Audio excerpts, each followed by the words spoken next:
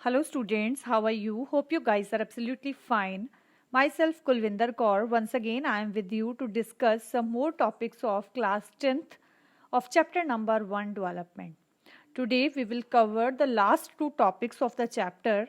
First one is Human Development Index and another one is Sustainability of Development. Okay, let us discuss about Human Development Index. Human Development Index is a new concept which was introduced in the year 1990 by UNDP. UNDP means United Nations Development Program. Means कि एक नया concept UNDP द्वारा जो develop किया गया था, introduce किया गया था 1990 में, उसको एचडीआई ह्यूमन डेवलपमेंट इंडेक्स कहा गया था. In HDI, three indicators are used. First one is health. Health includes life expectancy at birth, means average life of the people. Second one is education. In education, literacy rate and gross enrollment ratio index is calculated. And third one is real per capita income, which is included in dollars. As you already know, what is per capita income? Average income of the people. Real per capita income is calculated by taking the prices of base year. Base year is that year in which it is assumed that there is no price fluctuations. Okay. Now the question is how Human Development Index is calculated. So HDI is calculated by adding all the three indicators and dividing it by 3. Like life expectancy index, gross enrollment ratio, per capita income index is divided by 3. तो human development index में 3 चीज़ें include होती हैं. एक health sector को include किया जाता है जिसमें लाइफ एक्सपेक्टेंसी एट बर्थ ली जाती है. दूसरा एजुकेशन सेक्टर को इंक्लूड किया जाता है और तीसरा पर कैपिटा इनकम को इंक्लूड किया जाता है. और कैसे एचडीआई फाइंड किया जाता है? जो हमारे तीनों इंडिकेटर्स हैं, हेल्थ के, एजुकेशन के और पर कैपिटा इनकम, तीनों को ऐड करके 3 से डिवाइड कर दिया जाता है. Okay, now how ranking of different countries in done under the by the UNDP by taking Human Development Index. The rank to a country is assigned on the basis of value of HDI, यानी कि जिस country का जितना human development index निकलेगा उस country को उतनी ही rank भी दी जाती है.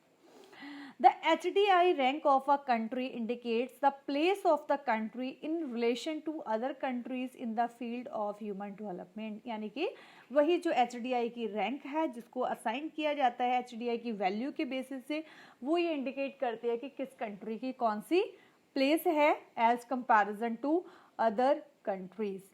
So we conclude that the main feature of the concept is that it puts people at the center of all concern. इसमें पर्सन के हर कंसर्न को देखा जाता है क्योंकि यहाँ पे क्वालिटी ऑफ लाइफ को भी इंक्लूड किया जाता है अलॉन्ग विद इनकम. तो जो मेन फीचर है वह यहाँ पे यानी कि पर्सन के हर कंसर्न को यहाँ पे पॉइंट आउट किया जाता है. And it is basically a human centred approach. इसीलिए ये ह्यूमन सेंटर्ड अप्रोच है, यानी कि ह्यूमन बीइंग के लाइफस्टाइल को देखते हुए, उनकी जो सिचुएशन है उसको देखते हुए इसे कंप्यूट किया जाता है. And it focuses on the qualitative improvement of human life and it is a broader and multi dimensional concept. Broader यानी कि अगर हम बात करते हैं वर्ल्ड बैंक की, तो वर्ल्ड बैंक में केवल और केवल पर कैपिटा इनकम को इंक्लूड किया जाता है. यहाँ पर हर चीज़ को देखा जाता है, एजुकेशन को भी देखा जाता है, हेल्थ को भी देखा जाता है, यानी कि क्वालिटी ऑफ लाइफ को देखा जाता है. And this is why it is a multi dimensional concept. Okay, now let us discuss about the very important question of the chapter, which is differences between the criteria used by the World Bank and UNDP for measuring development. So let me explain you. World Bank applies the criteria of average income for measuring development. On the other hand, UNDP has developed a new criteria which is known as Human Development Index. So the main difference between the two is average income just focuses on the increase of goods and services in the economy, whereas The Human Development Index focus on qualitative improvement of human life along with the increase in goods and services of an economy. So HDI is a wider and multidimensional concept which includes health and education aspects along with per capita income. Income is very important, but the utilization of income in the proper direction is much more important. So this is the main difference between the criteria used by World Bank and UNDP. World Bank में average income को केवल include किया जाता है और UNDP income के साथ साथ एजुकेशन और हेल्थ सेक्टर यानी कि पर्सन के क्वालिटी ऑफ लाइफ को भी मेजर करती है. As income is very important, बहुत ज़रूरी है, लेकिन उस इनकम को प्रॉपरली यूटिलाइज करना उससे भी कहीं ज़्यादा ज़रूरी है, जो हमेशा HDI के थ्रू ही हमें पता चलता है. So the criteria used by HDI is taken as the best criteria for measuring development of a nation. Okay students, now come to the second topic, sustainability of development. Sustainability of development. Sustainable development होता क्या? Sustainable development is that process in which the growth of country is done in such a manner or the resources are used in such a manner so that the present generation enjoy it, not causing any harm to the ability of future generation to meet their own needs. यानी कि sustainable development क्या है? ये एक procedure है development का जिसमें country की ग्रोथ तो की जाती है, रिसोर्सेज को, जो हमारे स्केयर रिसोर्सेज है, उनको इस मैनर में यूज़ किया जाता है कि we the present generation enjoy it, हम उसको इंजॉय करें, लेकिन ऐसा ना हो कि हमारी जो फ्यूचर जनरेशन है उसके लिए वो रिसोर्सेज बचे ही नहीं. जैसे कि हम लोग देख सकते हैं, हम लोग बहुत सारे लाइव एग्जांपल्स हैं हमारे पास, जस्ट लाइक क्रूड ऑयल, जो पेट्रोलियम प्रोडक्ट्स जितने भी. फिर अगर हम वाटर की बात करते हैं तो हम लोग हमेशा ये डिस्कस हुआ जाता है आने वाले टाइम पीरियड में पानी खत्म हो जाएगा, पीने का पानी अवेलेबल नहीं हो पाएगा, पेट्रोलियम प्रोडक्ट्स का कम से कम यूज़ कीजिए, फ्यूल बचाइए.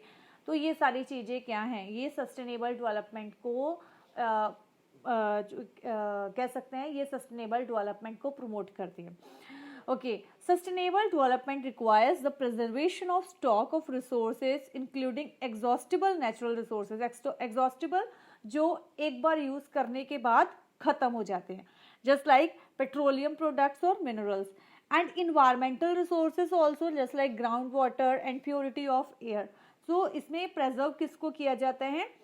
Exhaustible natural resources को भी preserve किया जाता है और environmental resources को भी preserve किया जाता है. Why it is very necessary to preserve these all? So as per the recent studies, the groundwater in India is exhausted because of overuse. हम जब किसी चीज़ का जब से ज़्यादा यूज़ करने लगते हैं तो उसके जो exhaustion हो जाता है, ख़त्म होने लगती है वो चीज़. As per the report, 1/3 of the country is overusing groundwater reserves. जो हमारी कंट्री का जो 1/3 पार्ट है वहाँ पर वाटर को ओवर यूज़ किया जा रहा है. ओवर यूज़ कैसे करते हैं? जैसे कि हमने टैप का पानी छोड़ दिया, खाली पानी ऐसे बह रहा है, हम लोग मिस यूज़ कर रहे हैं वाटर का, तो ये पीने का पानी जो है इस तरीके से ओवर यूज़ हो रहा है, जिसकी वजह से ग्राउंड वाटर लेवल जो है वो भी रिड्यूस होता जा रहा है. There is another area of concern is that the exhaustion of natural resources. Natural resources का जो एग्जॉशन हो रहा है, जब से ज़्यादा यूज़ हो रहा है. The resources of crude oil would last only for 43 years. It is also provided by a study that the resources of crude oil, जितने भी पेट्रोलियम प्रोडक्ट, कच्चा तेल जिसको कहते हैं, वो हमारी कंट्री में लास्ट 43 ईयर्स तक ख़त्म हो जाएंगे अगर हमने उनको प्रॉपरली प्रिजर्व नहीं किया. इट मीन्स कि हमारी आने वाली जनरेशन जो है वो व्हीकल्स को एंजॉय नहीं कर सकती है, because all the vehicles require petrol और डीजल. और अगर हम आगे की बात करते तो जो नेचुरल गैस एंड ऑयल है, ये सारे के सारे भी इसी में इंक्लूड होते हैं. So it is very necessary to preserve this type of resources so that we can develop but in a sustainable manner. Thank you.